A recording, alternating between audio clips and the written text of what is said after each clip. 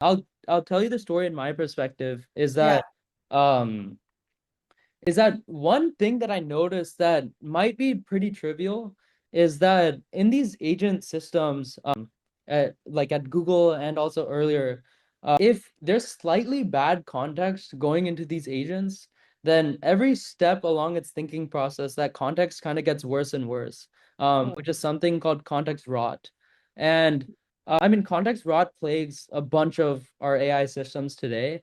And yeah, like even earlier, like to connect this to something in high school, I was working on like federated models uh, to predict academic performance. And what I was doing was I was trying to see whether students were underperforming in academics like early on in their careers so that we could actually give them extra resources like early before they start like really failing their classes. And I think it's really powerful to correct systems before like errors start propagating and getting really bad. So that was the fundamental reason why we started the Context Company. Mm.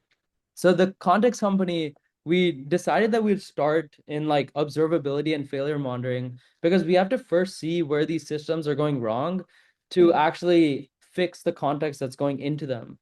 So all of the work that we've been doing right now is like just figuring out these patterns at large on these AI systems and figuring out what to fix.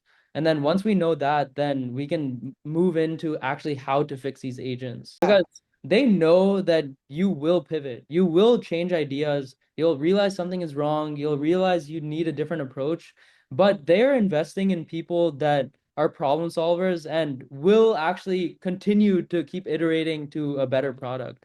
And I mean, YC's motto is make something people want, right? And they're just trying to find founders who have backgrounds that show that they'll be driven to working on this. No matter what happens, no matter if they fail, they'll continue to keep working. I think it's mostly investing in the people as founders and as problem solvers.